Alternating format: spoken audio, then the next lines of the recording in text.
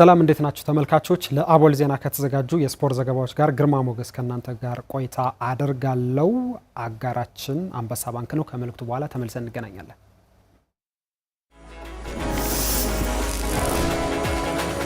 ምን እንደማስብ ታውቃለህ? መነሻ ብድር ወስጄ መስራት የምፈልገው የህልሜን ስራ መጀመር፣ የትም ያልታዩ ገራሚ ስራዎችን መስራት፣ እስካሁን ያልተሞከሩ ለየት ያሉ ስራዎችን ማውጣት፣ ለዩና የትም ያልታየ ድንቅ ስራ ነው የምፈልገው። ይሄ ለኔ ቀላል ነው። እንጀምረው።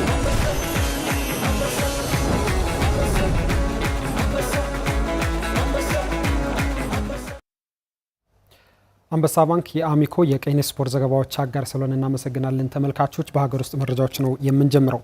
በአፍሪካ አትሌቲክስ ሻምፒዮና ተሳታፊ የነበረው የኢትዮጵያ አትሌቲክስ ልዑክ ትላንት ወደ ሀገሩ ከተመለሰ በኋላ የእውቅናና የሽልማት ፕሮግራም ተበርክቶለታል። ዛሬ ረፋድ የተካሄደውን የሽልማት መርሃ ግብር ምን ይመስል እንደነበር ሊነግረን ዘጋቢያችን ባዘው መኮንን ከአዲስ አበባ በቀጥታ መስመራችን ላይ ይገኛል። ባዘው እየተሰማ ከሆነ የአትሌቲክስ ልዑኩ አቀባበል ከተደረገለት በኋላ የሽልማት ፕሮግራም እየተካሄደ እንደሆነ ነግረን ነበር ቀደም ሲል። እስኪ የነበረውን የሽልማት ሂደትና ምን ነገሮች እንደተነሱ ለተመልካቾቻችን አድርስልን።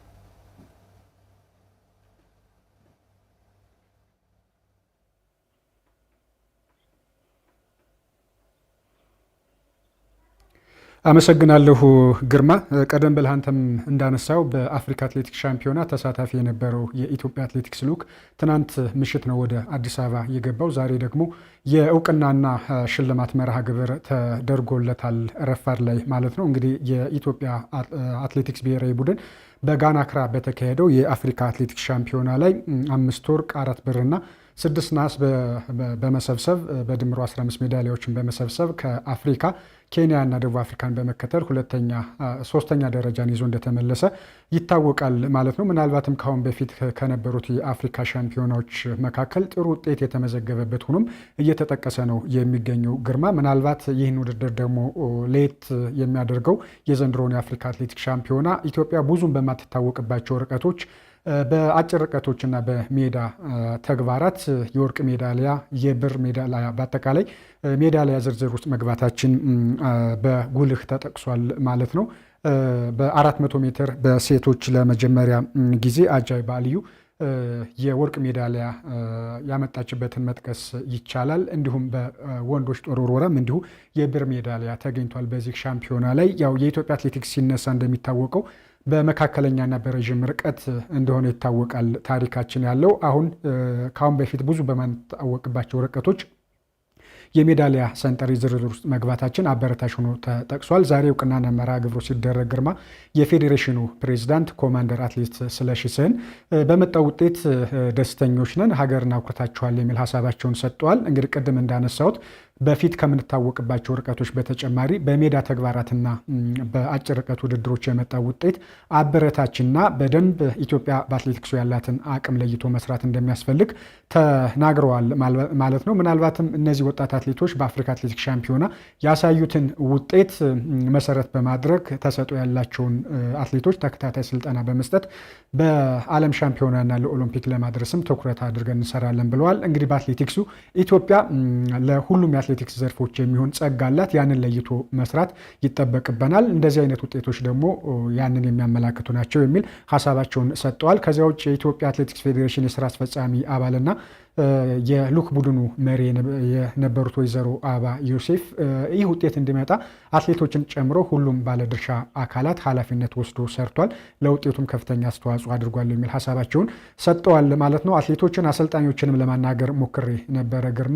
ሁሉም ደስተኞች መሆናቸውንና አሁን የመጣውን ውጤት በትላልቅ ውድድሮች በኦሎምፒክ በዓለም ሻምፒዮና ለመድገም በደንብ ድጋፎች እንደሚያስፈልጉ የተሻሉ ስራዎች መሰራት እንዳለባቸው ሀሳባቸውን ሰጥተዋል። ቅድም ስናነሳው የነበረው የሜዳ ተግባራት የአጭር ርቀት ዘርፎች ላይ ትኩረት ሰጥቶ መስራት እንደሚያስፈልግ አትሌቶች በደንብ በቁጭትም ሀሳባቸውን ሰጠውኛል።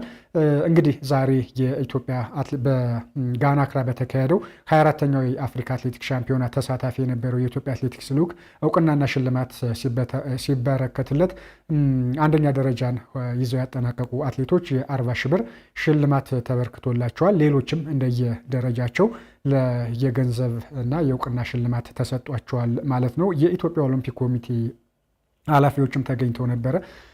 ወርቅ፣ ብርና ነሐስ ላመጡ አትሌቶች እንዲሁ የማበረታቻ የገንዘብ ሽልማት እንደሚሰጡ ቃል ገብተዋል ማለት ነው። እንግዲህ አጠቃላይ ዛሬ የነበረው በጋና አክራ በተካሄደው የአፍሪካ አትሌቲክስ ሻምፒዮና ለተሳተፈው ልዑክ የተሰጠው የእውቅናና ሽልማት መርሃ ግብር ይህንን ይመስላል። አመሰግናለሁ ግርማ። ባልደረባችን ባዘው መኮንን ከአዲስ አበባ ለአደረስከን መረጃ እጅግ አድርገን እናመሰግናለን። በተመልካቾች ስም መልካም ጊዜ ይሆንልህ። ወደ ሌሎች ዘገባዎቻችን እናልፋለን። ተመልካቾቻችን የኢትዮጵያ ከ17 ዓመት በታች ብሔራዊ ቡድን በአፍሪካ ዋንጫ የመጨረሻ የምድብ ጨዋታውን ዛሬ ያደርጋል። ወደ ዓለም ዋንጫ የሚያልፈውን ቡድን የሚወስነው ተጠባቂ ጨዋታ ምሽት 4 ሰዓት ላይ በሞሮኮ መሐመድ 6ኛ ኮምፕሌክስ ይካሄዳል። ኢትዮጵያ ከቱኒዚያ ጋር ጨዋታዋን ታደርጋለች። ሁለቱም ብሔራዊ ቡድኖች እኩል 1 ነጥብ ይዘዋል። ኢትዮጵያ ከግብጽ ጋር አቻ ስትለያይ በሞሮኮ ደግሞ የመጨረሻ ደቂቃዎች ላይ በተቆጠረባት ግብ መሸነፏ ይታወሳል። ቀይ ቀበሮቹ በውድድሩ በቀጥታ ወደ ፍጻሜ ለመቀላቀል ሞሮኮና ግብጽ ተሸናንፈው 2 ከዛ በላይ ግቦችን አስቆጥረው ማሸነፍ ይጠበቅባቸዋል። በዚህ መልኩ ሩብ ፍጻሜ መግባት ካልቻሉ የዓለም ዋንጫ የመሳተፍ እድላቸውን ለማስቀጠል ጨዋታውን በየትኛውም ውጤት የማሸነፍ ግዴታ ውስጥ ገብተዋል። ከዛም በምድባቸው 3ኛ የሚጨርሱ ሀገራት አንዷን በጥሎ ማለፍ የመቅጠም እድል ያገኛሉ። ካሸነፉም ኳታር ለምታስተናግደው ከ17 ዓመት በታች የዓለም ዋንጫ የሚያልፉ ይሆናል። በቤንጃሚን ዜመር የሚመሩት ቀይ ቀበሮቹ ስብስባቸው በሙሉ ጤንነት ላይ እንደሚገኝ ተገልጿል። እያንዳንዳቸው 4 ነጥብ ያላቸው ሞሮኮና ግብጽ በተመሳሳይ ምሽት 4 ሰዓት ላይ ጨዋታቸውን ያደርጋሉ።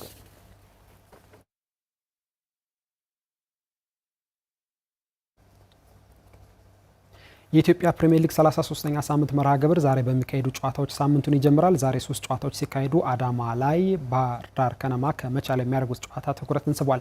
መቻል ከዛሬው ጨዋታ 3 ነጥብ የሚያሳካ ከሆነ ሊጉን በግብ ክፍያ በልጠው መምራት ይችላል። ሲዳማ ቡና ያለፉትን 3 ጨዋታዎች በተከታታይ መሸነፉ መቻልን ወደ ዋንጫ ፉክክሩ መልሶታል። ተጋጣሚው ባህር ዳር ከነማ አሁን ላይ 7ኛ ደረጃ ላይ ሲገኝ ጨዋታውን ካሸነፈ ደግሞ ደረጃውን እስከ 4ኛ ድረስ የማሻሻል እድል አለው። በውድድር ዓመቱ ባህር ዳር በመከላከል መቻል ደግሞ በማጥቃቱ የተሻለ ሆኖ ተስተውለዋል። በዚህ ዓመት የመጀመሪያው ዙር ጨዋታቸው ባህር ዳር ከነማ 2-0 ማሸነፉም ይታወሳል። ጨዋታው 10 ሰዓት ላይ በአዳማ ሳይንስና ቴክኖሎጂ ዩኒቨርሲቲ ስታዲየም ይጀምራል። አዲስ አበባ ስታዲየም ላይ 2 ጨዋታዎች ሲካሄዱ የኢትዮጵያ መድን ከወላይታ ዲቻ ቀደም ብለው 7 ሰዓት ላይ ይገናኛሉ። ሀዲያ ሆሳና ከኢትዮጵያ ንግድ ባንክ ደግሞ 10 ሰዓት ላይ ጨዋታቸውን ያከናውናሉ።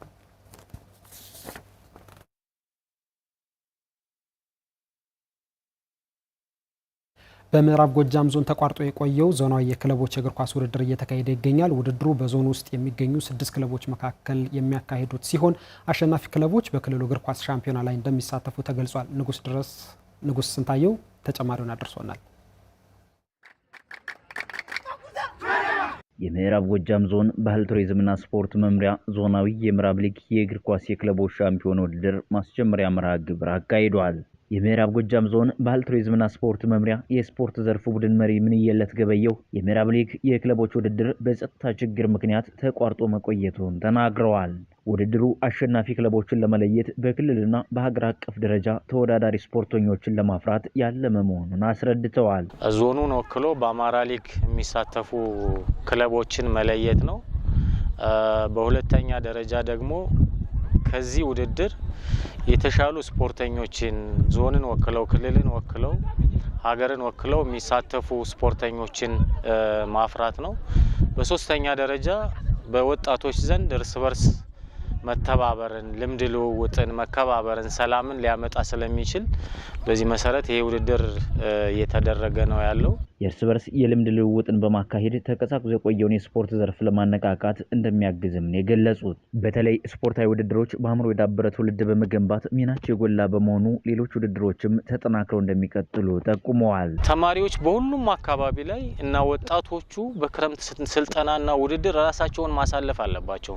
አንደኛ አእምሯቸውን ለማበልጸግ፣ አካላቸውን ለማበልጸግ ከዚህ ውጭ አስተሳሰብ አድማስንም ለማስፋት ስፖርት ከፍተኛ አስተዋጽኦ ስለሚኖረው በክረምትና ስልጠናና ውድድር አፋፍ ላይ ነው የምንገኘው። በዚህ ውድድር ላይ በዚህ ስልጠና ላይ በሁሉም በየሚገኙበት ወረዳ መሳተፍ አለባቸው የሚል መልእክት ነው የሚኖረኝ። ነኝ። አስተያየታቸውን ለአሚኮ የሰጡ ተጫዋቾች ተቋርጦ የቆየው የምዕራብ ሊግ ውድድር በመጀመሩ ደስተኛ መሆናቸውን ገልጸው ውድድሩ ተጠናክሮ እንዲቀጥል ጠይቀዋል።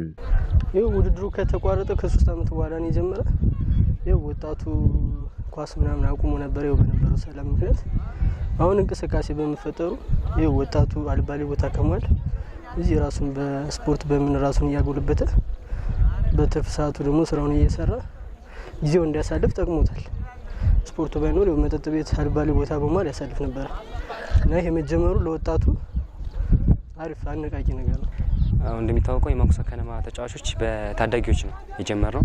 አሁን ላይ ትልልቆች ነበሩ ሲጫወቱ የነበሩት ከአማራ ሊግ ወርደን የምንጫወተው እና እዛ ላይ አሁን ታዳጊዎችን ይዘን የመጣ ነው። እንደምታያቸው ሙሉ ታዳጊ ናቸው። እነሱ ዘንድ ናፍቆናል። ታዳጊዎችንም አሉን ልጆችን እነሱ ለማሳደግ እስኪ እየጣረ ነው። በውድድሩ ማስጀመሪያ መርሃ ግብር የፍኖተ ሰላም ከተማ 01 ቀበሌ እግር ኳስ ክለብ ከማንኩሳ ከተማ የእግር ኳስ ክለብ ጋር የተገናኙ ሲሆን የፍኖተ ሰላም ከተማ 01 እግር ኳስ ክለብ 3-1 በሆነ ውጤት ታሸንፏል። በውድድሩ ማጠናቀቂያ አሸናፊውን ክለቦች ዞኑን በመወከል ለክልል ሊግ ተሳታፊ እንደሚሆኑ ተገልጿል።